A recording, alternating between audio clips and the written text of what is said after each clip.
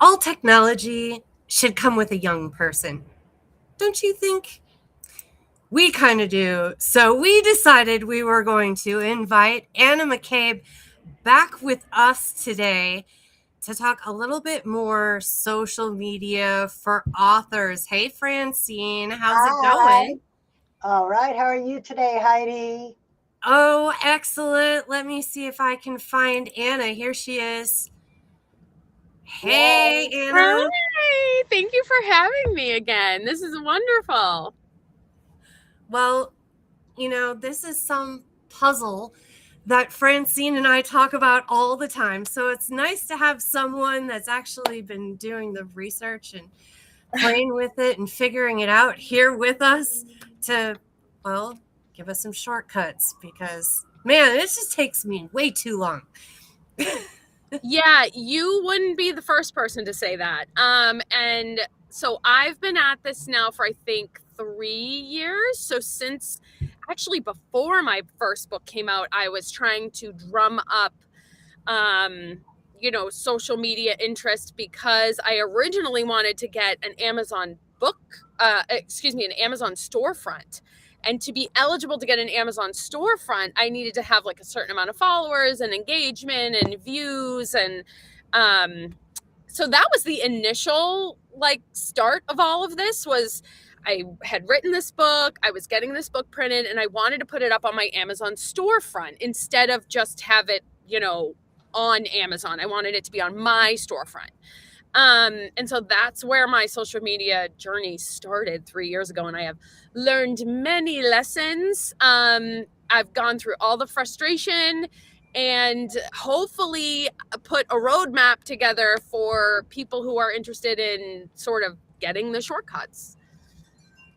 And they are Yeah. amazing. I sat through it live, and I imagine the replay will be great because you could fast forward and rewind and pause it. Yeah, so I did put that. So thank you, Francine, for allowing me to like use your group as my test subjects, basically. Anytime, It anytime. went beautiful, and I posted it on my website. So what we're talking about is a digital product that I have called Social Media 101.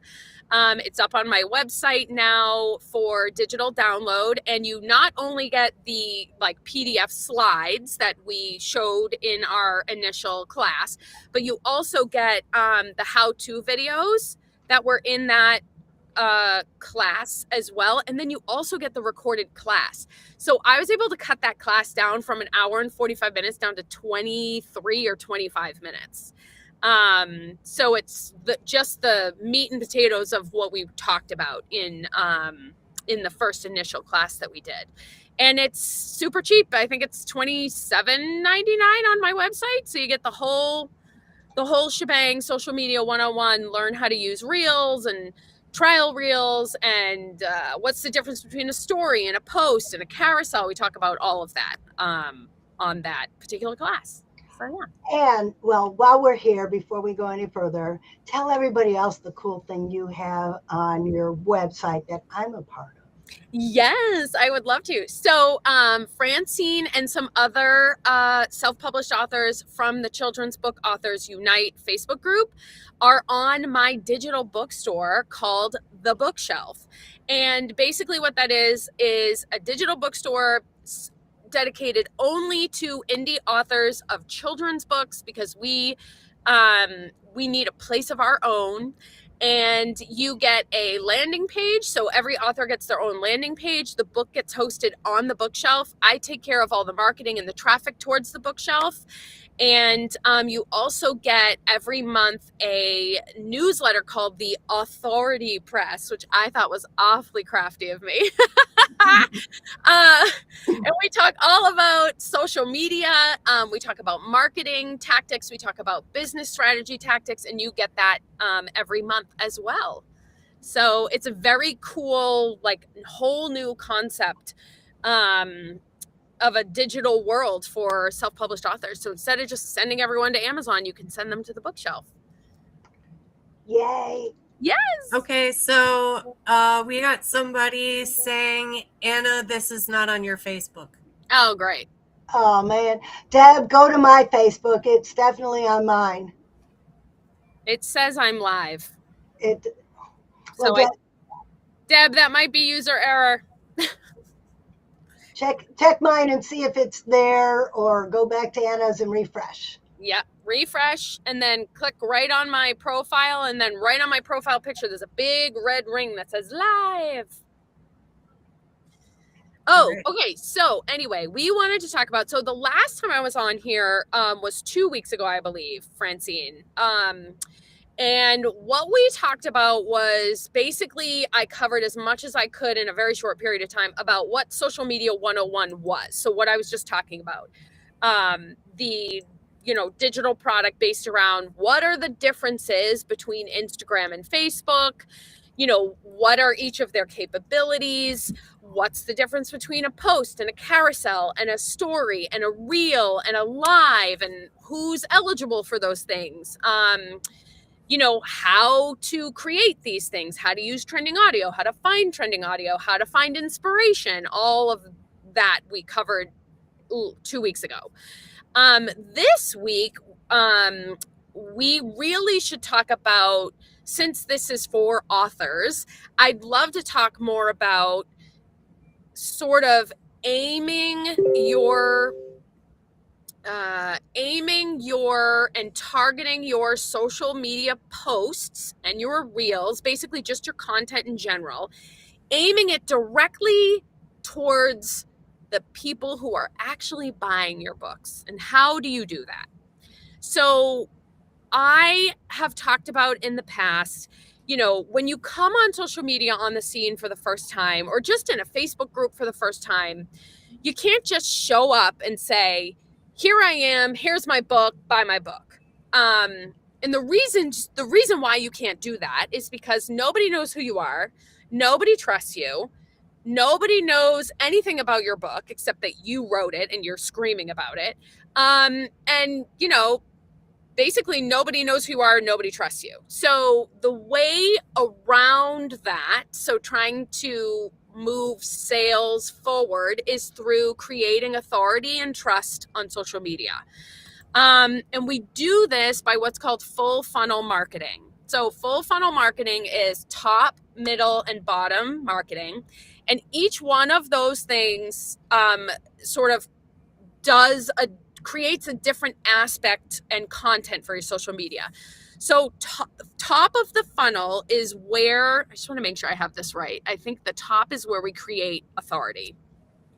Yes, the top is where we create authority. So that kind of content is where you want to talk about why you.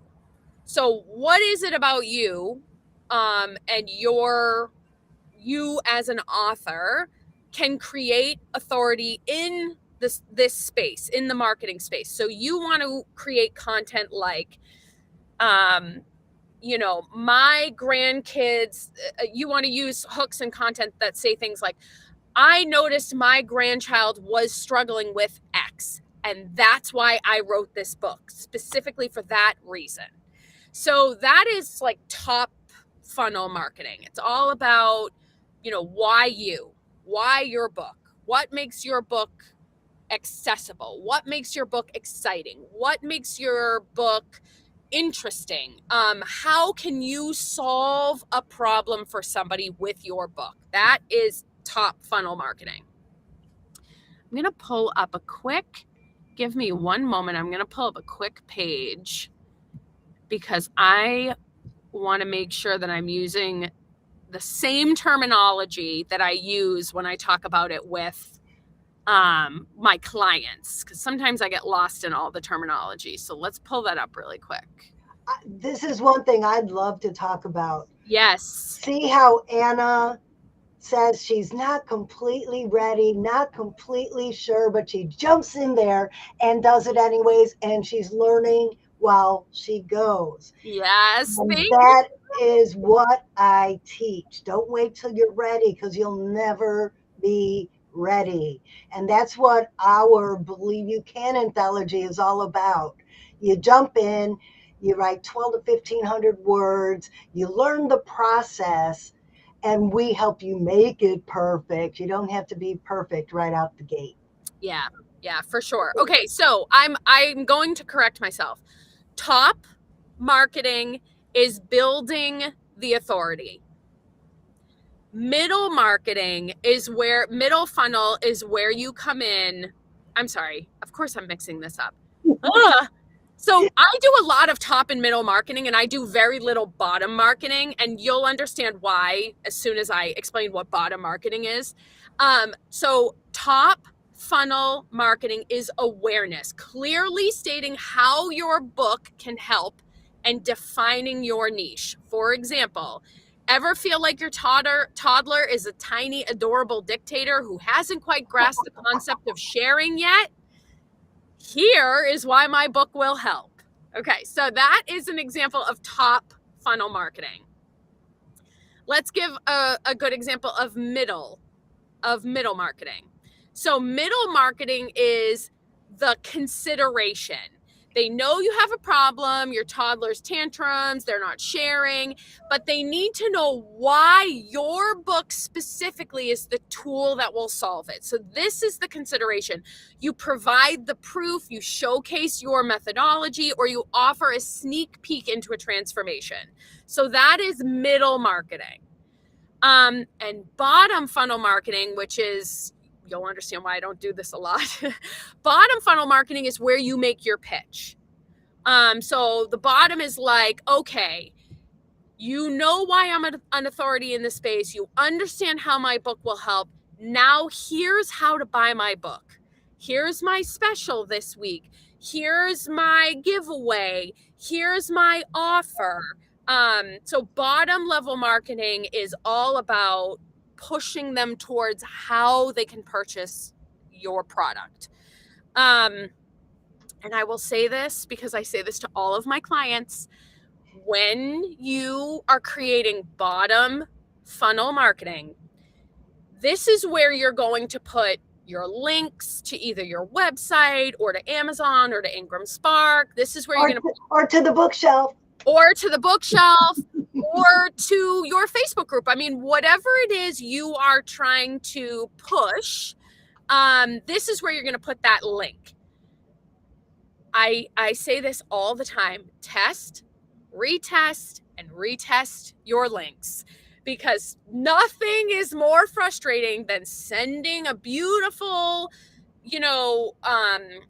a beautiful curated piece of content with a broken link.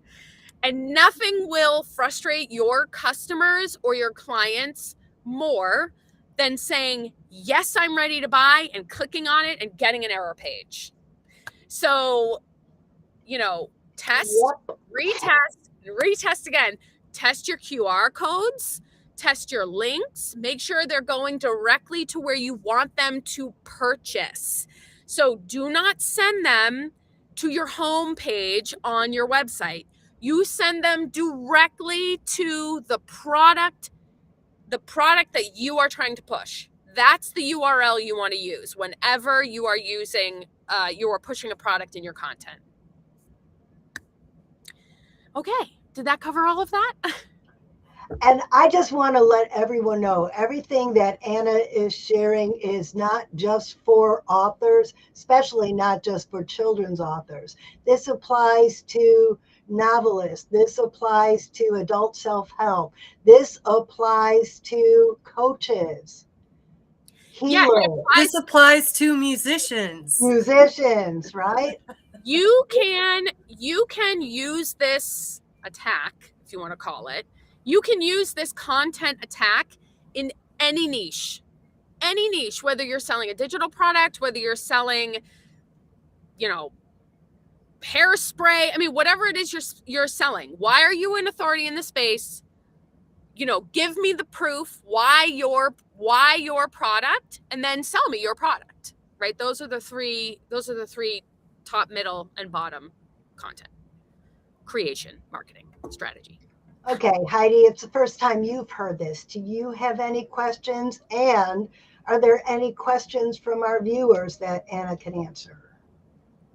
Well, I think Anna brought up a very important point. Like, okay, yes, we can use this for anything, but if you don't define who your target audience is, who is this for, you could put it out there for everybody in this very general everybody terminology, and no one will click on it because everyone will just assume that you couldn't possibly be talking to them because you're not using the kind of language or the little slang words that you use in that sort of community.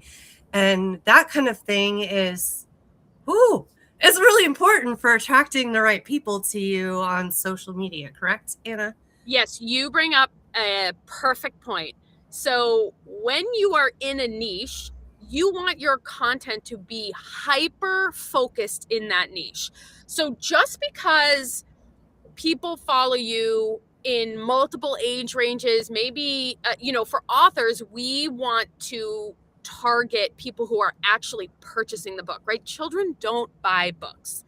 They don't want to buy books, they want to buy toys, right? I mean, some kids are the exception to that rule, but the general rule is they're not buying the books for themselves. They're getting books at the library, their teachers are providing books, their parents are providing books, their grandparents are providing books, a neighbor, a friend, maybe you're going to a baby shower, a birthday party. You are usually gifting a book to a child. So all of these different types of people are going to be following you, and you want to be hyper specific to them. Every time you make a piece of content, you want to think about speaking to one person.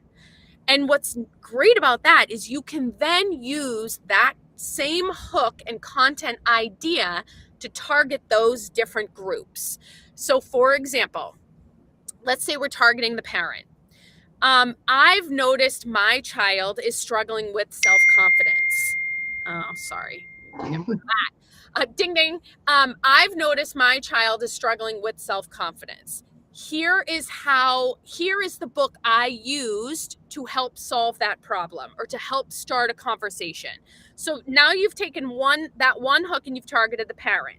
So now let's target the grandparent, let's just say. I've noticed my grandchild, I can't get through to my grandchild about how they struggle with the scar on their face. Let's take Princess Francie for an example. Okay, so I'm literally making this up as we go because that's like my job. I'm struggling to get through to my grandchild about the scar in their face and how special they are no matter what. Here's the book I wrote, or here's the book I used to help start that conversation with them. Okay, so now we've targeted parent and grandparent. Let's target a teacher. I'm having trouble breaking through to that one student about, being kind to the other kids in the classroom. Here's the book I used to start that conversation with that child. Okay, so you've basically used the same hook to target three different people. But what you're not realizing is even though you're speaking to that one person, you're actually going to target all of those people that follow you. Does that make sense? Yes. Okay, great. So you want to think about, instead of talking to multiple people, you want to get hyper specific and talk to one person in your audience, and you're going to end up speaking more closely to multiple genres of people that follow you. Because confused minds don't buy. Yes. Confused minds or inconvenienced customers do not buy. If they hit one small block, I'm over it. I'm done. I'm already out. I've checked out. So what about emotional buying and how you use emotion in your content? Like I have heard it before when I was talking about coaching stuff, and I'm like all positive, and I'm like, yes, we're gonna win and it's gonna be great and it's confidence and somebody was like, yeah, nobody's feeling that right now. They're feeling the opposite of that. So if you're not talking to that, they're probably gonna go, Yeah, so unfortunately, in the world that we live in, and also the world of social media, people go there to be seen and validated. And rah rah siskumba is not the validation they're looking for. So things like have you guys heard the term rage bait? Yes. Okay. So there's a reason why rage bait is a thing. It's because people who are sending rage bait content out get a ton of virality and a ton of views because they have irritated or poked at something that connects with somebody. So you need to find a way to do that, but without rage baiting them. So you want to come at your content creation from almost the opposite direction. You know, you don't want to be, hey, all, all sunshine. You want to come at it as, I've been behind the clouds before, and here's where we can go with this, and here's the path in which we can take to get you out of this funk, right? You want to come at it in like a backwards way, if that makes any sense. I'm going to see if I can try and think of like a really fast hook. Well, go back to Princess Francie. Yeah. Is there something making your child not want to go to school? Yeah, that's perfect. That is a perfect example. Like, have you noticed your child comes home sad at the end of the day, right? Oh, now I've targeted something really specific for that particular person, but it's not all rainbows and sunshine. But you're going to flip it and say, here's how you can start a conversation with your child about that scar on their face or coming home sad from school. So yes, you are absolutely right. You want to target an emotion, but the emotion, people don't come to social media to feel like happy-go-lucky. They go there to feel validated. And so you need to find that pinpoint, that validation pinpoint for your particular niche and for your particular product, because you're trying to sell a product in the end. And a lot of parents go on social media to unwind, Mm-hmm.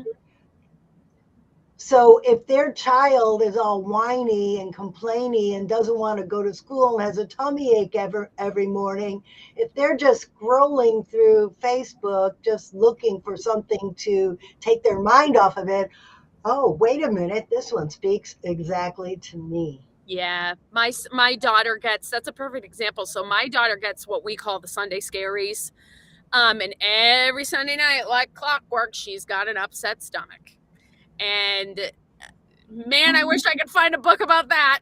I used to get that way when I was working and knew I had to go to work on Monday. Oh, everybody gets the Sunday scaries. Everybody does. I actually personally love Mondays, but I know a lot of people don't. I love them now that I'm retired. Yeah. I love them now that I, have two little kids who are 6 and 4, and I have to entertain them all weekend long, and all I want to do is sit down and have my cup of coffee and drink it hot and eat a hot meal. That's why I love Monday. Oh, are you a fur mama? That's Stormy. Yes. Yes. I don't have real children, but I have one of these. And They're she likes just to make as much guest appearances on the show every once in a while. So They're just as much work, I'll tell you. I also have 2 dogs, and they are, Francine, they're always bugging you to eat and bugging you for a treat and bugging you to go out. I fed mine at 3, so that's why they're napping now. Oh, good. Yeah. So Heidi, yes, you bring up a brilliant point about like targeting an emotion, but it's not always necessarily the emotion you think. Okay, Heidi, I want to throw this one at you. How would you take this formula and use it for people you coach? we're talking about Anna's formula for posting. Yeah, the find a pain point. Oh, that Yeah, way. let's see if we can make some good hooks for you. Well, I don't even know what you do, Heidi. You have to tell me. You know what? That's a good idea. Heidi, introduce yourself. Yeah. All right, fantastic. Well, I work with music industry professionals, and in groups, we puzzle together how to have a sustainable and prosperous music career. Because it's not just cookie cutter, it's different for everybody. And just because we've been told that there's one way to success, it is not true. There are many. So that's what I do. So, what would be a pain point that you could use as a hook? Before you ask that question about which pain point, how are you identifying pain points? That's key too. So like, for instance, in the children's book Unite and also the Indie Author Revolution Facebook group, I find that information by the questions people ask. Usually when people ask a question, they need an answer. That's a pain point for them. But it's typically not just a pain point for them, it's a pain point for probably a lot of people in the group. So that's how I find pain points to make content around. But it might be slightly different for you. You might not have a Facebook group. Like, how are you identifying what the pain points are? So, for about a year and a half, I did a music prosperity forum, and I just got people together to talk about whatever was on their mind. What am I stuck on right now? What am I trying to figure out? And things like that. And so, a lot of the comments that came out had to do with social media. The business side of music, not so much. Yeah, sometimes it came up, I'm trying to work with this software for recording or whatever. And then someone else would be like, oh, dude, I know how to figure that out. And then boom, connection, here we go. That was awesome. But, and along that line also, finding the right people to collaborate is another huge problem that comes up. And who do you trust to invest in, or who do you trust for music deals? What makes sense? What is probably not so smart to be doing? Those kind of things come up quite frequently. And I also sent out a poll through my email. And this year we're working on how do you get paid your worth in the music industry. And we're not tackling it from the approach of I need to book more gigs. I need more followers and more fans. I need to sell more merch. We're tackling it from where does the root cause of there not being enough financially in all of these income streams, so that many things could possibly get solved at the same time by focusing on one small habit.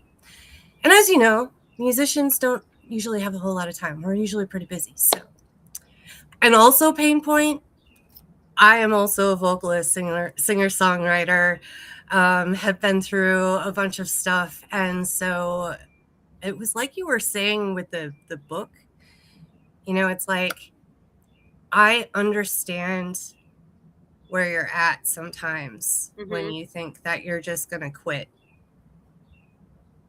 Yeah. And because of that, I developed these systems because it's what I discovered I was missing in those moments where I thought it was hopeless. Yeah. Okay. So you recognize the pain points. You understand them. You're focusing on them. So how can you use social media? Are you trying to use social media to engage more people into your consulting, to get more people into your group, to hire you? Like, what exactly are you using social media for? Is it just informational? Is it educational, or promotional? Where Where are you going with that? So I do free events. So that's the educational part of it. And I'm using social media to gain trust Mm-hmm. and have people understand a little bit more about what I'm doing. Because in the music world, this comes down to some of the language questions I was asking you. Because I was like, join a mastermind. And they're all like, don't know what a mastermind is. No clue. And so I had to detach from all of these wonderful coaching words that I like to use because they don't understand any of that. Yeah. And so learning to speak the language of the people that are in the industry is also part of what I'm using social media for, because if you just listen, like you said, people will tell you what they're struggling with. And you get a good group of people together that are all struggling with the same problem. Awesome. If I can get them all in the same room together, we're going to move the needle. It's going to make a difference. But I need to know what people want to learn right now. And so I guess that's what I'm using social media for the most. Yeah, and you also have to remember, like, what also are you good at? So you can't help them. You might not be able to help them with every single problem they have, but you can help them with these 5. So, you also want to create authority in the spaces you actually have authority. And I'm going to ask you a question. And my coach used to ask me this all the time because sometimes my content comes out a little muddled. It's not as pinpointed as it should be. So the question she always reminds me of is, who are you? Who do you help? And how do you help them? And you have to be able to answer those 3 questions clear as day to be able to hyper focus your content. If you're like, well, I do this and I do that and I sort of help with this and I can kind of do that. No, you need to be hyper focused. Who are you? Who do you help? And how do you help them? Like, just write it down. Music industry. Music prosperity guide. Music prosperity guide. I'm all nervous now. Okay. I know. Don't be nervous. I help music industry professionals, and I do it with educational events, group masterminds, and an 8-week challenge. Okay, and music industry what problem are you solving? Get hyper specific about what problem you're solving. Okay, so in hyper specific, what I'm going... If there's many, you should target just one at a time in your content.